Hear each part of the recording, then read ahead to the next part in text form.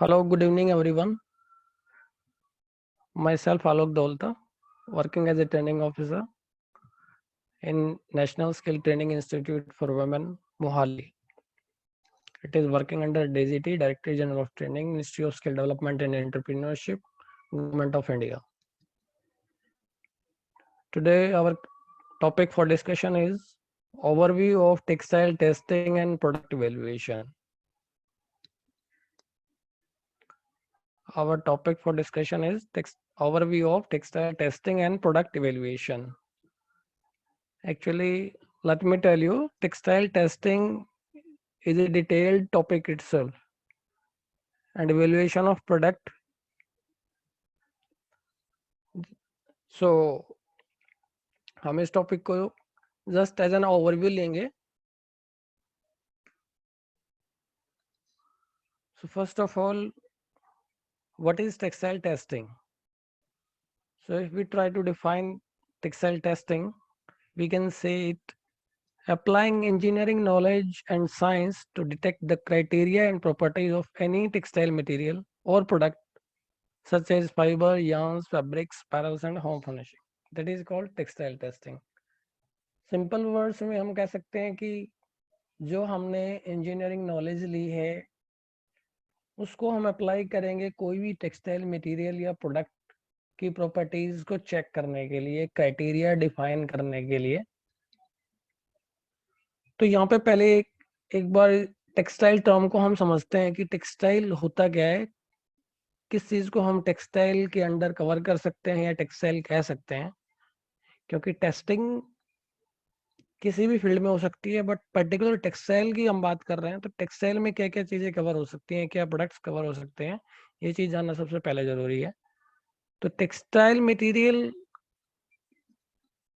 It में be any material जिसमें कुछ फ्लेक्सिबिलिटी होती है, जिसको हम कुछ अदर प्रोडक्ट में कन्वर्ट कर सकते हैं, किसी के साथ मिक्स कर सकते हैं, उससे कोई नया प्रोडक्ट बना सकते हैं, उस प्रोडक्ट को फर्दर अदर प्रोडक्ट बनाने के लिए फिर यूज कर सकते हैं,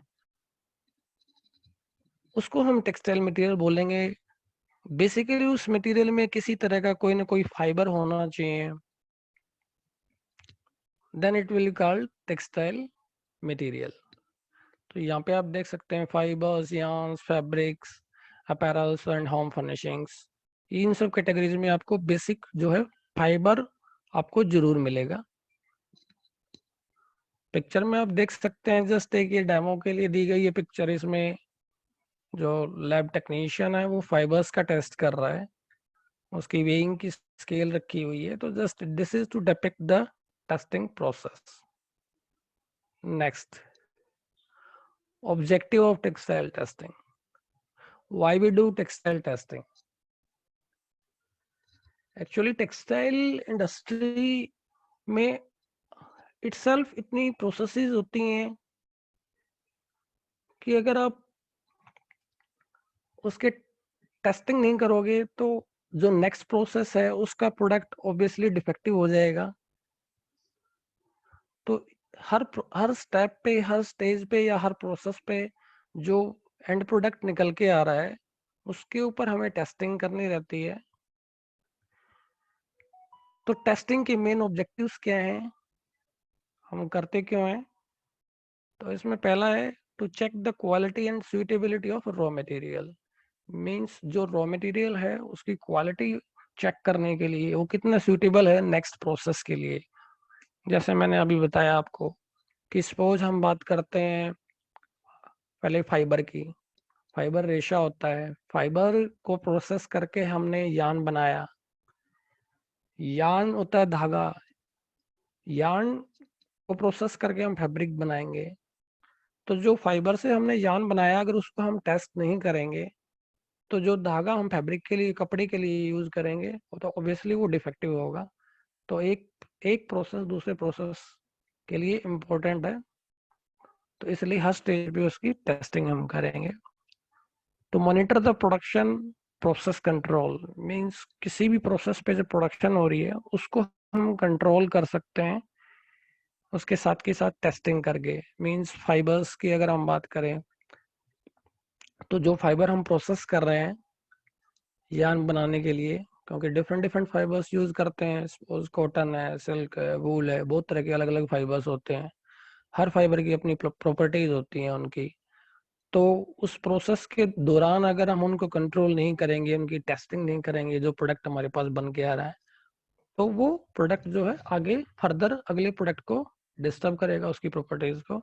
that's why testing is also necessary. Next है to assess the quality of final product. तो फाइनल प्रोडक्ट की क्वालिटी यहाँ पे देखो, अगेन प्रीवियस पॉइंट आता है कि टेक्सटाइल में इटसेल्फ फाइनल प्रोडक्ट होगा। It may be an apparel, it may be an particular and use product. क्योंकि फाइबर, यार्न और फैब्रिक से आप अल्टीमेटली या तो हम गारमेंट बनाएंगे जिसको हम अपैरल बोल रहे हैं, या फिर किसी अदर कैटेगरी का प्रोडक्ट हो सकता है। फॉर एग्जांपल, क्योंकि अपैरल्स के अलावा भी बहुत सारे प्रोडक्ट हमारे पास होते हैं। होम फर्निशिंग्स में हो सकते हैं, जैसे बेड शीट्स हैं, कर्टन्स हैं, या फिर मेडिकल टेक्सटाइल्स में हो सकते हैं। मेडिकल टेक्सटाइल्स में हम बात करें, जैसे ग्लव्स हैं, सचल्स हैं, आर्टिफिशियल किडनीज हैं, इन सब में फाइबर्स की फैब्रिक्स यूज होते हैं। इंडस्ट्रियल टेक्सटाइल्स भी होते हैं। इंडस्ट्रियल टेक्सटाइल्स में आपके फिल्टर्स हो गए। तो अदर देन अपैरल्स बहुत सारी एप्लीकेशंस हैं टेक्सटाइल मटेरियल की। तो जो भी एंड प्रोडक्ट बन रहा है उसकी क्वालिटी को फाइनली चेक करना पड़ेगा यूज करने से पहले, so that we can confirm it is fit for the final use. ऐसा ना हो कि फाइनल यूज के दौरान वो है रिजल्ट हमें ना मिले, वो परफॉर्मेंस ना दे पाए। To investigate the faulty material, so obviously जो भी फॉल्टी मटेरियल्स हैं उनको हम पहले ही इन्वेस्टिगेट कर लेंगे और उनमें करेक्टिव एक्शंस ले सकते हैं। टू सेट स्टैंडर्ड्स और बेंचमार्क्स, तो हर प्रोसेस के दौरान, हर स्टेज पे हम उस प्रोडक्ट के लिए एक स्टैंडर्ड्स रख देते हैं। Means we have to achieve those standards to define quality. तो टेक्सटाइल टेस्टिंग का ये भी एक इम्पोर्टेंट ऑब्जेक्टिव है। Next objective is for R&D, means research and development purpose. Because already जो ऑनगोइंग प्रोसेस होती है किसी भी फील्ड में, सपोज यहाँ पे हम टेक्सटाइल की बात कर रहे हैं, तो अगर उसमें कुछ न्यू या इनोवेट हम नहीं करेंगे तो उसमें रिसर्च या डेवलपमेंट नहीं हो पाएगी। तो कंटिन्यूसली टेस्टिंग करते रहते हैं, नए फाइबर्स को, यार्न्स को, फैब्रिक्स को हम मिक्स करते हैं, रिजल्ट्स ऑब्टेन करते हैं, और जो हमारी रिक्वायरमेंट्स होती हैं आज के टाइम के हिसाब से हम उसकी टेस्टिंग करते हैं और रिजल्ट्स को इंटरप्रेट करते हैं। So next point for new product development, वो इसी में मैंने डिस्कस कर दिया है। तो these are the objectives of textile testing. तो यहाँ से आपको समझ आ गया होगा कि टेक्सटाइल टेस्टिंग कितनी इम्पोर्टेंट है। क्योंकि टेक्सटाइल टेस्टिंग कितनी इम्पोर्टेंट है, इसका एक पहलू ये भी है क्योंकि textile is one of the essential needs of human being. आप सब समझ सकते हैं, रोटी, कपड़ा और मकान, ये तीनों हमारी मूलभूत जरूरतें हैं। तो इनमें से जो कपड़ा है वो एक सबसे मूलभूत जरूरत है। तो उसकी अगर हम रिसर्च एंड डेवलपमेंट या उसकी टेस्टिंग या उसका जो क्वालिटी अगर हम नहीं डिसाइड करेंगे तो हमारे लिए प्रॉब्लमेटिक रहेगा वो। Next is types of textile testing. तो कितने टाइप्स की हो सकती है, किस किस तरह से हो सकती है, इसको कह रहे हैं हम टाइप्स ऑफ टेक्सटाइल टेस्टिंग। इसकी क्लास दो चीजों पे हो सकती है। First, on the basis of technique used, कि हम टेस्टिंग के लिए कौन सी टेक्निक यूज कर रहे हैं। सेकंड है on the basis of data obtained, means जो टेस्टिंग हमने की है उससे जो डेटा मिला, जो रिजल्ट्स हमें मिले हैं, फिगर्स हमें मिले हैं, उसको हम किस तरह से इंटरप्रेट कर रहे हैं। तो फर्स्ट क्लासिफिकेशन की अगर हम बात करें कि बेसिक टेक्निक जो यूज की है, उसमें अगेन हम डिसाइड करेंगे, वी विल सी कि that process is destructive in nature और non destructive in nature. Means आप टेस्टिंग कर रहे हो किसी भी स्टेज पे, सपोज करो हम फैब्रिक की, डिस्ट्रक्टिव की हम बात कर रहे हैं, सपोज हम फैब्रिक की टेस्टिंग कर रहे हैं और उस फैब्रिक के अंदर पर्टिकुलरली चेक कर रहे हैं उसकी tearing strength. Tearing strength means उसको फाड़ के देखना, ये पता करना कि वो कितनी ताकत से फट रहा है, तो कपड़ा कितना मजबूत है। जितना ज्यादा हमें जोर लगाना पड़ रहा है, मींस मशीन को जितना ज्यादा जो फोर्स लगाना पड़ रहा है उसको टीयर करने के लिए, फाड़ने के लिए, तो उसकी टीयरिंग स्ट्रेंथ उतनी ज्यादा होगी। तो यहाँ पे डिस्ट्रक्टिव हो रहा है, मींस जो फैब्रिक है वो फट जाना है, जो सैंपल हमने लिया है वो फट जाएगा, खराब हो जाएगा, तो ये डिस्ट्रक्टिव है। नॉन डिस्ट्रक्टिव में जो भी हमारा फैब्रिक सैंपल है उसके ऊपर हम टेस्ट कर लेंगे, लेकिन उसके बावजूद भी वो सैंपल खराब नहीं होगा, उसको आप किसी अदर यूज के लिए यूज कर सकते हैं। फॉर एग्जांपल मैंने दिया है इसमें कावा वाटर टेस्ट होता है, कि ड्रेप टेस्ट होता है।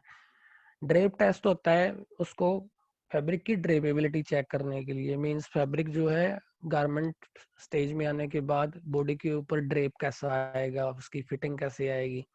तो कुछ फैब्रिक आपको ने देखे होंगे, कुछ फैब्रिक लिम्पी होते हैं, कुछ फैब्रिक स्टिफ होते हैं। तो अलग अलग फैब्रिक का अलग अलग ड्रेप होता है। तो जो ड्रेप टेस्ट होगा उसमें फैब्रिक ना फटेगा ना कटेगा, जस्ट ऐसे ही टेस्ट हो जाएगा। ऐसे ही कावा वाटर टेस्ट होता है, उसमें क्या होता है फैब्रिक की जो हैंड वैल्यूज हैं वो चेक होती हैं, कि मींस फैब्रिक का फील क्या है, उसकी सॉफ्टनेस क्या है। तो उसमें उसमें भी फैब्रिक को हमें डिस्ट्रैक्ट करने की जरूरत नहीं है। सेकंड जो हमारी टेक्निक है वो होती है सब on the basis of data obtain, means इसमें फर्दर दो प्रोसेस लगती हैं, एक ऑब्जेक्टिव एक सब्जेक्टिव। ऑब्जेक्टिव क्या होता है, उसमें हम रिजल्ट्स जो हमें मिलते हैं उनको हम प्रोसेस करते हैं, इंटरप्रेट करते हैं, कि मींस जो हमने टेस्ट कोई भी टेस्ट लगाया उसके ये रिजल्ट्स आए, उसके कोई फॉर्मूला लगाया, उसको समराइज किया, आप किसी भी स्टेटिस्टिकल टूल से उसको इजीली स्टडी कर सकते हो। तो मतलब कहने का मतलब हम एज ए कंक्लूजन कोई रिजल्ट निकाल सकते हैं कि भाई इसका ये पैरामीटर इतना परसेंटेज है, या इतनी परसेंट इसकी वैल्यू है, मींस उसको हम कुछ फिगर में कैलकुलेट कर सकते हैं और इंटरप्रेट भी कर सकते हैं very easily. But subjective approach है, दैट इज समहाउ डिफिकल्ट और you can say tedious one, because इसमें जो डाटा मिलता है वो क्वालिटेटिव फॉर्म में मिलता है, ऑब्जेक्टिव की तरह क्वांटिटी नहीं मिलती डाटा की।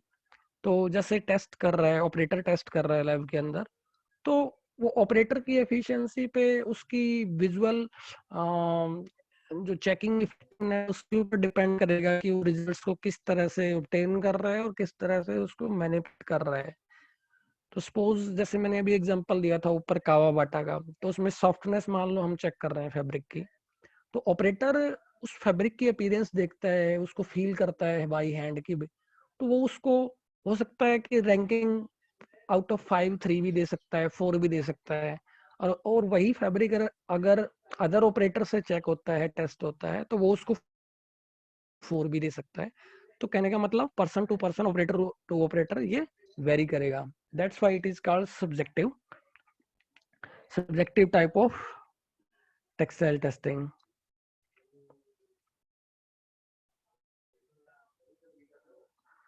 Next is importance or benefits of testing. Means why testing is important. Yeah, what are benefits of testing? So this is very easy to say because we have already discussed objectives of testing. जो हमारे objectives थे वही हमारे benefits होंगे, क्योंकि उन्हीं के लिए हम पहले से वर्क कर रहे हैं। मींस प्रोडक्ट की क्वालिटी हम इंश्योर कर रहे हैं टेस्टिंग से, हम मैन्युफैक्चरिंग प्रोसेस को कंट्रोल कर रहे हैं। ये भी हम डिस्कस कर चुके हैं कि मैन्युफैक्चरिंग प्रोसेस में हर प्रोसेस एक दूसरे से लिंक्ड होती है।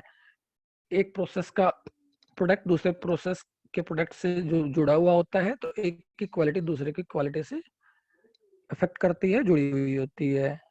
बेटर क्वालिटी रहती है टेस्टिंग अगर आप करते हो, बेटर क्वालिटी लेके आते हो, तो कस्टमर ऑब्वियसली सेटिस्फाई रहता है, सेटिस्फेक्शन रहती है, आपका कस्टमर रिटेंशन रहेगा, मींस कस्टमर आपका बना रहेगा जिस प्रोडक्ट से वो जुड़ा हुआ है। गुड रेपुटेशन अमंग कंज्यूमर्स या कस्टमर्स, तो पर्टिकुलर जो भी ब्रांड है उसकी रेपुटेशन हमेशा अच्छी रहेगी। इसके नेक्स्ट पॉइंट क्या है, protection of interest of retailers, suppliers, consumers and brand itself. देखिए टेक्सटाइल इंडस्ट्री में एक बहुत बड़ा सप्लाई चेन होता है। फॉर एग्जांपल मैन्युफैक्चरर्स का, रिटेलर्स का, सप्लायर्स का, कंज्यूमर्स का।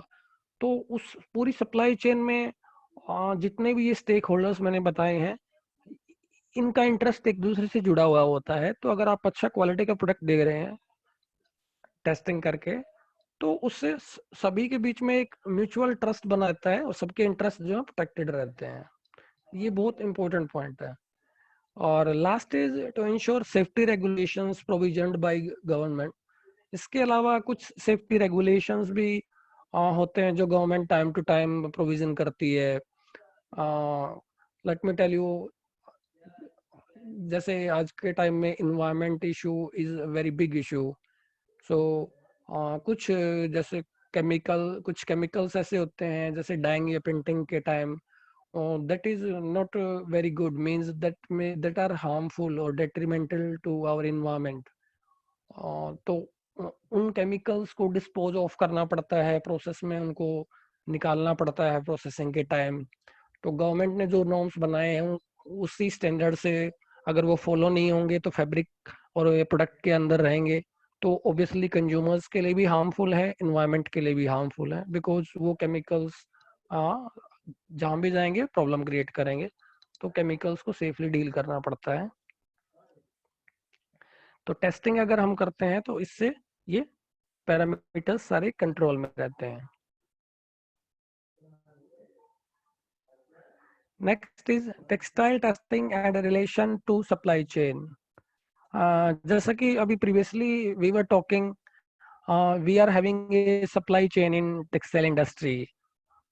तो उस केस में टेक्सटाइल टेस्टिंग का और इस सप्लाई चेन का रिलेशन है कुछ। उस रिलेशन को थोड़ा सा हम अपना टेक्निकल फील्ड के थ्रू स्टडी करने की कोशिश कर रहे हैं। मींस आप स्क्रीन पे देख रहे हैं जैसे कुछ फर्स्ट लेफ्ट साइड पिक्चर में आप देख रहे हैं जैसे कॉटन, यार्न, फैब्रिक। तो इनका क्या रिलेशन है? कॉटन इज ए फाइबर, ये रेशा होता है। कॉटन से मींस फाइबर से यार्न बनेगा, प्रोसेस लगेगी, यार्न बनेगा। उस यार्न से प्रोसेस लगेगी, फैब्रिक बनेगा। फैब्रिक पे प्रोसेस लगेगी, स्टिचिंग होगी, फिनिशिंग होगी, उससे अपैरल बनेगा। या होम फर्निशिंग का कोई प्रोडक्ट बन सकता है, या इंडस्ट्रियल कोई फैब्रिक बन सकता है, एनी प्रोडक्ट, और मेडिकल टेक्सटाइल बन सकता है। There are so many types of textile applications. तो राइट साइड जो फिगर है उसमें आप देख सकते हैं textile testing is in core position, it is in central position. Other parameters इसके रोटेशन में है, पेरिफेरी पे है। तो फाइबर, जैसे fibre is the basic element या स्टार्टिंग रॉ मटेरियल। फाइबर से आपका यार्न बन रहा है, यार्न से फैब्रिक बन रहा है, फैब्रिक से अपैरल बन रहा है।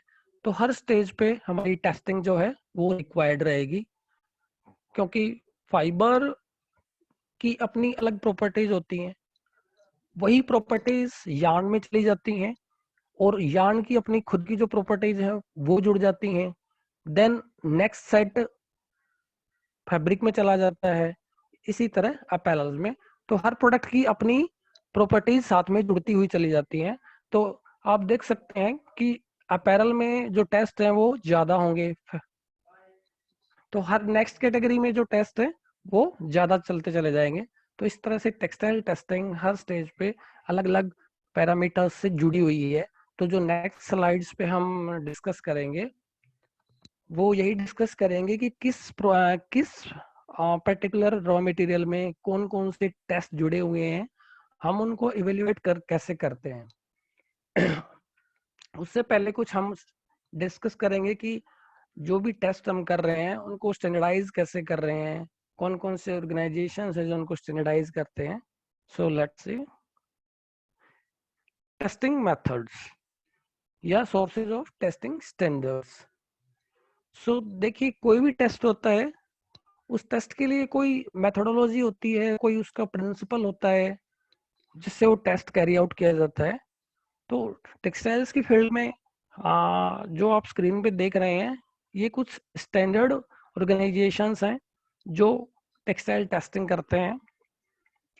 या इन ऑर्गेनाइज कह सकते हैं कि इन ऑर्गेनाइजेशंस के जो टेस्टिंग स्टैंडर्ड्स हैं इनको वर्ल्ड वाइड फॉलो किया जाता है। AATCC, American Association of Textile Chemists and Colorists, this is also very important for particularly for chemistry. ASTM, American Society for Testing and Materials. ASTM is very popular and widely used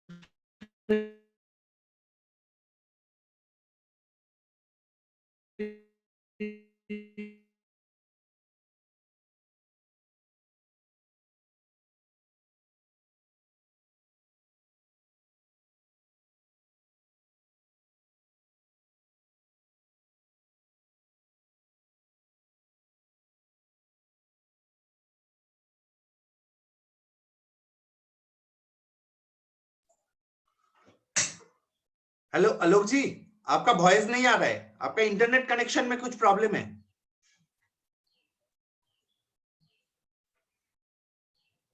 hello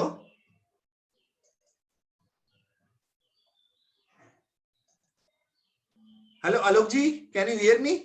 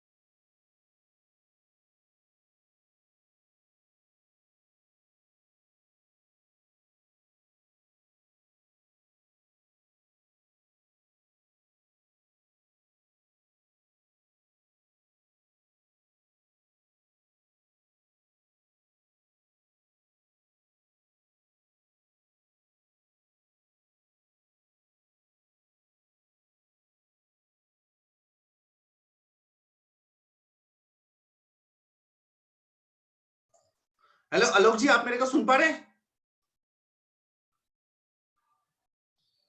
Alok ji, आप connect हो गए हैं? आप मेरे को सुन पा रहे हैं?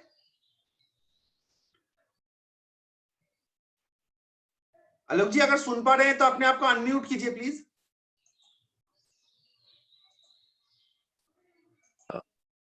आलोक जी, आप क्या मेरे को सुन पा रहे हैं? सर सुन पा रहा हूँ सर मैं। आप हाँ ठीक है, जो हम भी सुन पा रहे हैं। आप स्क्रीन शेयर कर सकते हैं। Okay sir.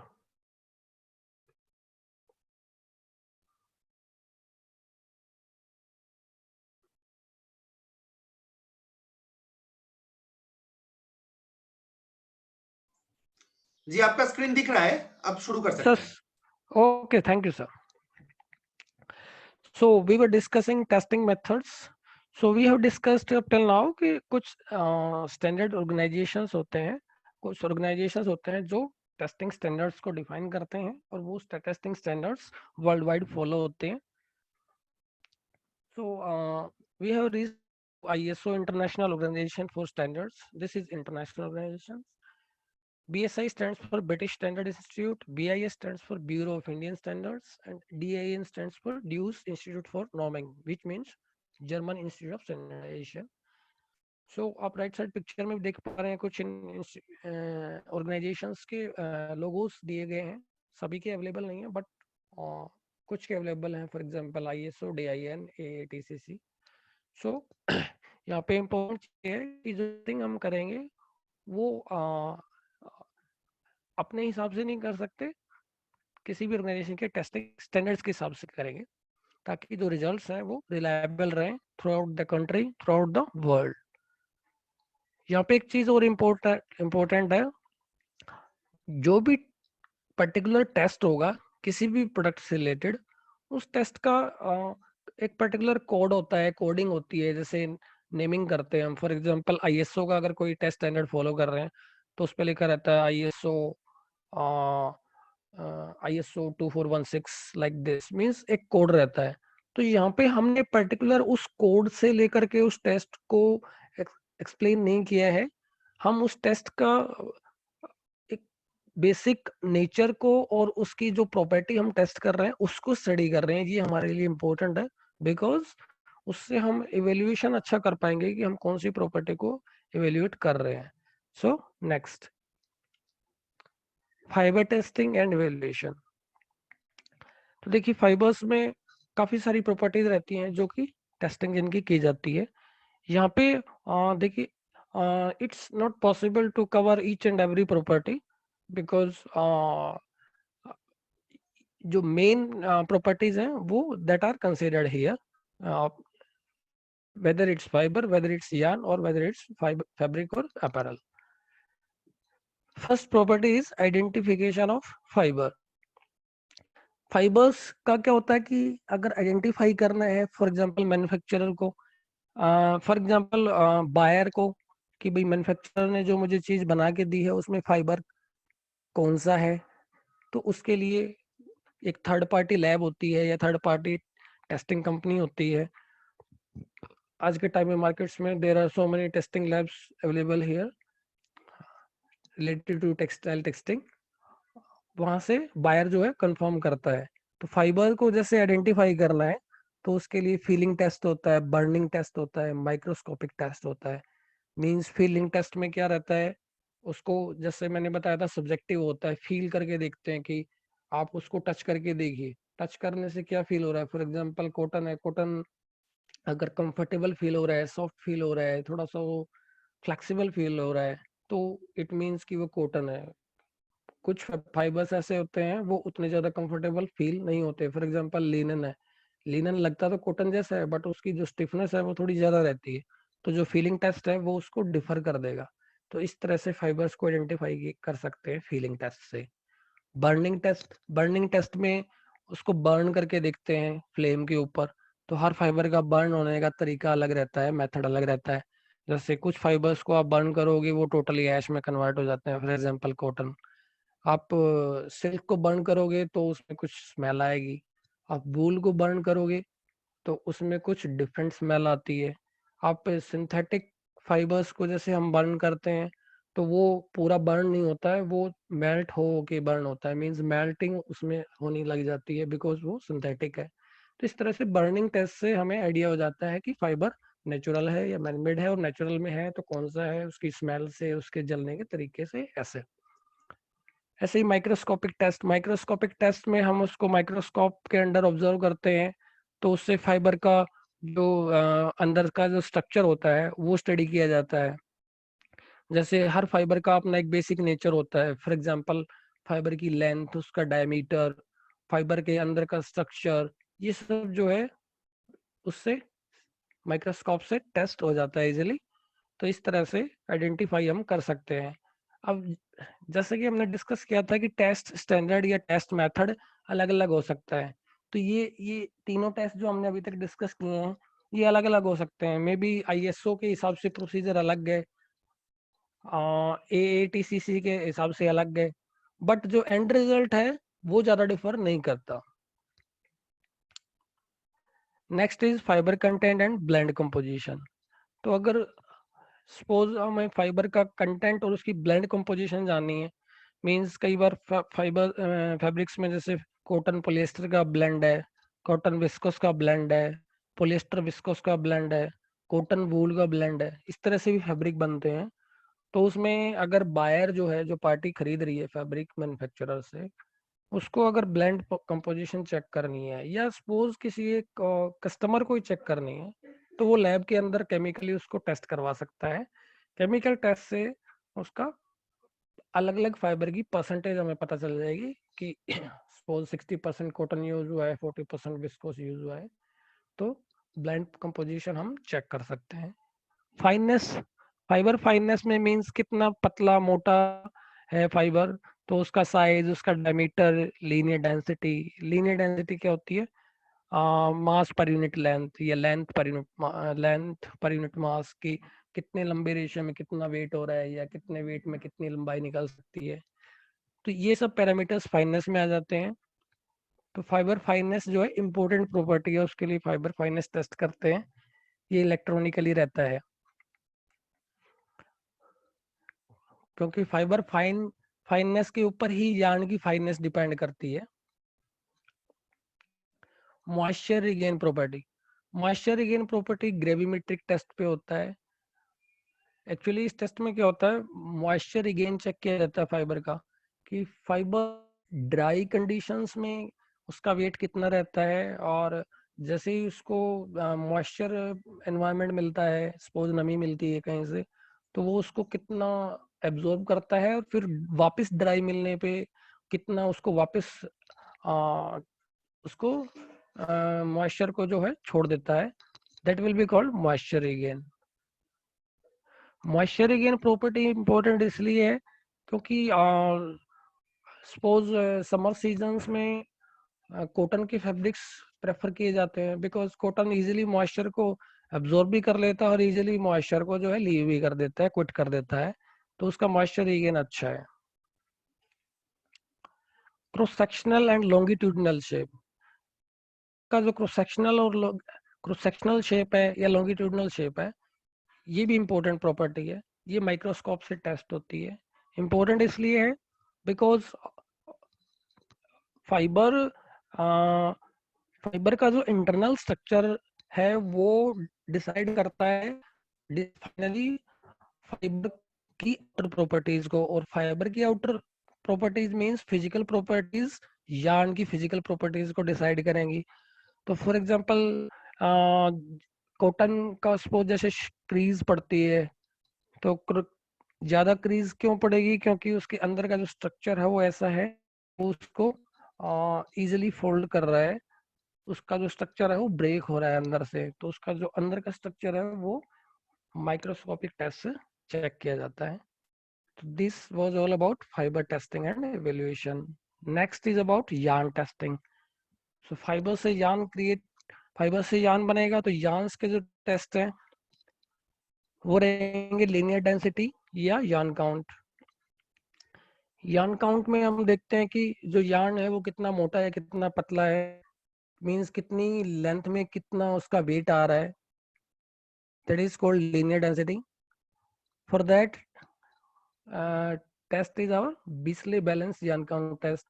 मींस आप पर्टिकुलर कोई भी लेंथ मेजर कर लेते हैं और उस लेंथ के अंदर फिर उसको 20 बैलेंस के ऊपर वेट करेंगे, तो उससे हमें ये पता चल जाएगा कितनी लेंथ में कितना वेट आ रहा है, that is called yarn count. Next property is twist. Twist क्या होता है? घुमाव। मींस आपने धागे में देखा होगा कि कुछ ट्विस्टिंग स्ट्रक्चर्स होते हैं, घूमे हुए स्ट्रक्चर्स होते हैं, ट्विस्ट के बिना जो है यार्न बनता ही नहीं है फाइबर से। तो यहाँ पे ट्विस्ट हमें दो पैरामीटर्स देखने पड़ते हैं ट्विस्ट के, कि ट्विस्ट पर इंच मींस 1 इंच में कितने ट्विस्ट बन रहे हैं, ये इंसर्ट किए हमने, और ट्विस्ट की डायरेक्शन क्या है। ये होगा ट्विस्ट टेस्टर के ऊपर। तो ट्विस्ट टेस्टर के ऊपर जो है हम धागे को लगा के उसको खोलते हैं, मीन्स अनरेवल करेंगे धागे को उल्टी डायरेक्शन में।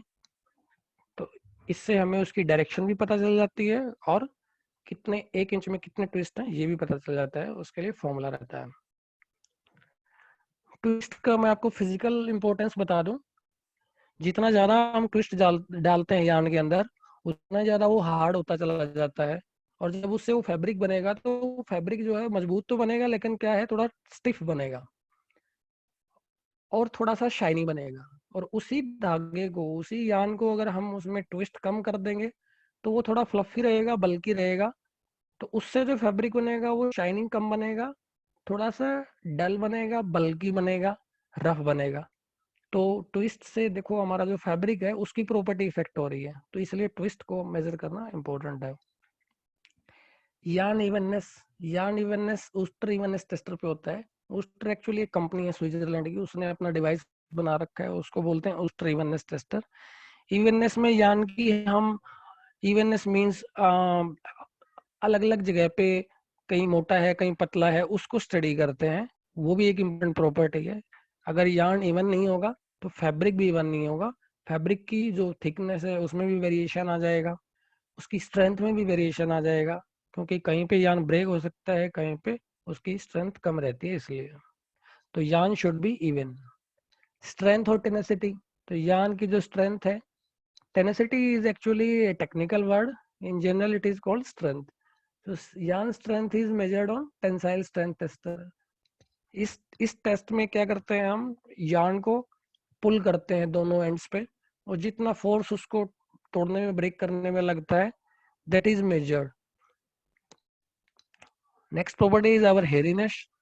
हेरीनेस क्या होता है, yarn के ऊपर कुछ छोटे छोटे फाइबर्स प्रोट्रूडिंग होते हैं, निकले हुए होते हैं, उभरे हुए होते हैं, उसको हेरीनेस कहते हैं। उसको हम मेजर करते हैं शर्ले, हेरीनेस टेस्टर पे, या ज्विगले या उस्तर। ये तीनों, शर्ले, ज्विगले एंड उस्तर जो है, तीनों अलग अलग कंपनीज हैं जो कि टेस्टिंग डिवाइस बनाती हैं।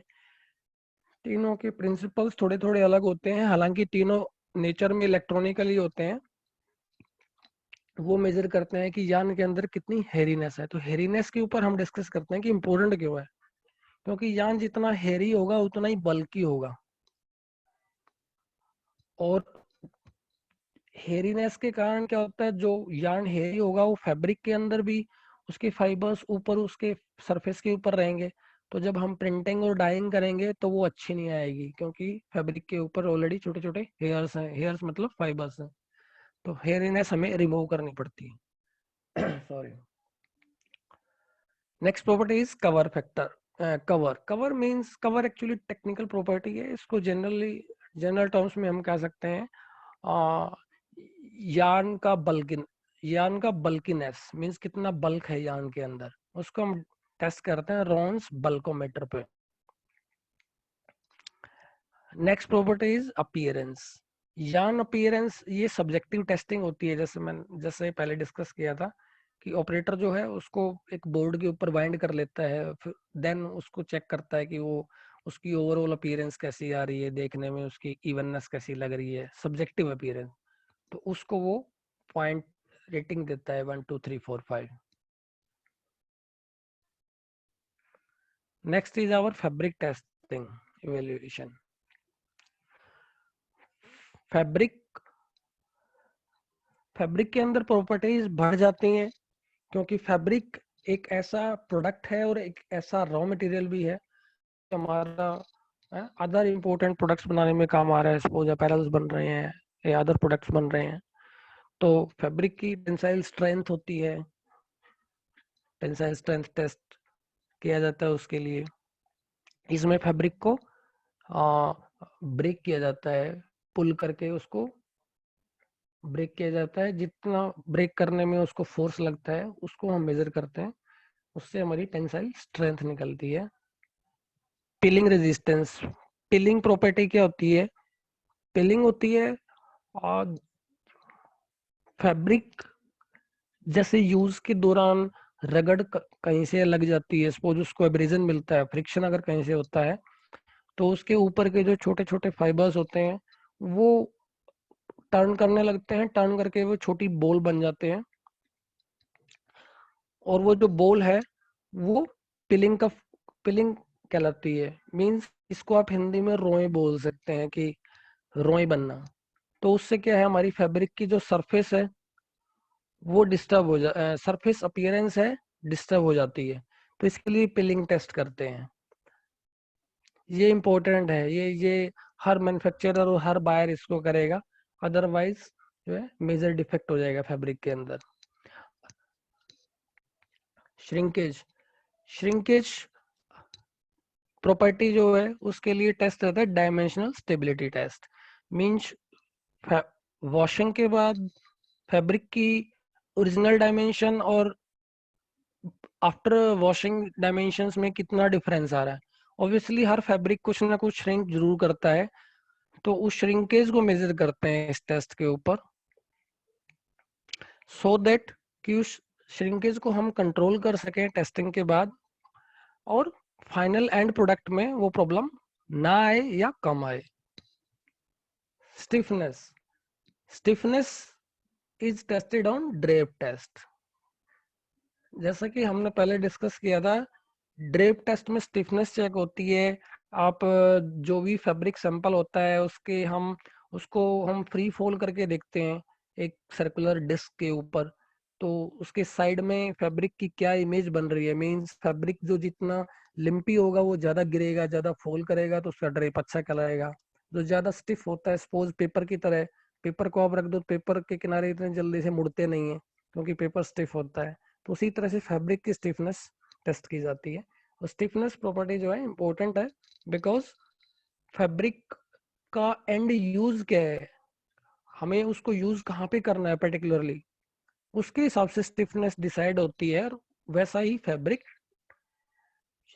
चॉइस उसकी की जाती है। नेक्स्ट इज पाइल लॉस या pile retention test. Pile retention, actually pile क्या होता है फैब्रिक में कुछ फैब्रिक्स में लूप्स बने हुए होते हैं। फॉर एग्जांपल अपना कर सकते हैं टॉवल के अंदर पाइल स्ट्रक्चर होता है, लूप्स बने होते हैं, वो जो है वाटर को एब्जॉर्ब कर लेते हैं, वाटर को अपने अंदर फंसा लेते हैं। तो अगर वो पाइल अगर जल्दी ही खत्म हो गई, जल्दी ही वो लूप आपके खत्म हो गए, तो वो फिर उसकी जो एफिशिएंसी है उस प्रोडक्ट की वो कम हो जाएगी या खत्म हो जाएगी। तो हम टेस्ट करते हैं कि जो पाइल हमने फैब्रिक के अंदर बनाई है वो कितने लंबे टाइम तक टिकेंगी। That is called pile retention test या pile loss test. Crease resistance, sorry crease resistance का मैंने टेस्ट नहीं लिखा है, क्रीज रेजिस्टेंस टेस्ट ही बोलते हैं। ये पर्टिकुलरली नेचुरल फैब्रिक्स के लिए यूज होता है। जैसे कि अपना कॉटन है, कॉटन के क्रीज प्रॉब्लम बहुत ज्यादा होती है क्योंकि उसका इंटरनल स्ट्रक्चर ऐसा होता है। तो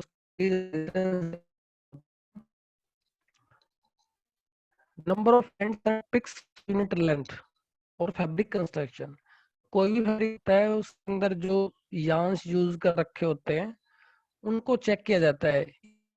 पीआई उसको टेक्निकली कहते हैं एंड्स पर इंच एंड पिक्स पर इंच। तो उससे हमें ये पता चलेगा कि जो फैब्रिक है वो कितना डेंस है। ज्यादा अगर धागे यूज कर रखे होंगे फैब्रिक के अंदर, तो वो फैब्रिक जो है ज्यादा होगा, ज्यादा थिक भी होता है, लेकिन डेंस ऑब्वियसली ज्यादा होगी, और ज्यादा होगी तो फैब्रिक जो है उसके अंदर होल्स जो है वो कम रहेंगे। तो वाटर के लिए और एयर के लिए जो बचता है दागों के बीच में वो कम बचेगा। तो उससे जो है उसकी फैब्रिक अच्छी नहीं होगी, या अच्छा विल नॉट फील कंफर्टेबल। तो that's why this property is important here. Weight of fabric पर लेंथ, इसको हम जीएस बोलते हैं, और ये जीएसएम पे होता है test. GSM actually GSM thickness के लिए यूज हो रहा है यहाँ पे जनरल टर्म्स में। GSM word grams per square metre. तो कोई भी को हम उस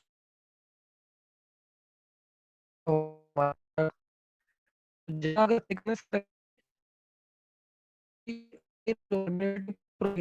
वाटर पास करने वो जो होती चली अगेन जो है कंफर्टेबिलिटी हमारी बॉडी की कम हो जाएगी। तो हमें थिकनेस जो है डिसाइड करनी होती है पर रिक्वायरमेंट। टीयर रेजिस्टेंस टेस्ट, तो फैब्रिक को इसमें टीयर करके देखते हैं, जो फोर्स उसको टीयर करने में लगता है उसको चेक करते हैं। Next is strength. Burst use होती है ब्रिक्स के लिए जो कमर्शियल यूज के लिए, जैसे एग्जांपल आपका पैराशूट फैब्रिक है, तो पैराशूट फैब्रिक में जैसे ही जंप करता है पर्सन, उसी मोमेंट पे एकदम से सडनली बहुत ज्यादा फोर्स लगता है फैब्रिक के ऊपर, जिससे वो फटता है। मींस फट भी सकता है, बर्स्ट हो सकता है। तो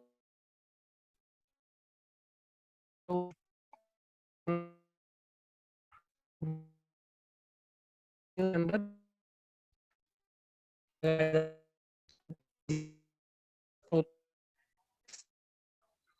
रिकॉर्ड कर ली जाती है। इसी पैटर्न में हमारे पैराशूट फैब्रिक्स जाते हैं।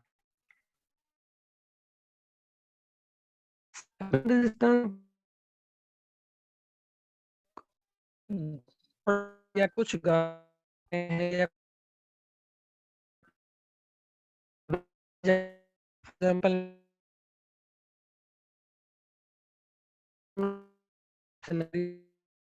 पैटर्न होता है, तो उस केस में फैब्रिक के ऊपर एब्रेजन लग सकता है बहुत ज्यादा। तो उन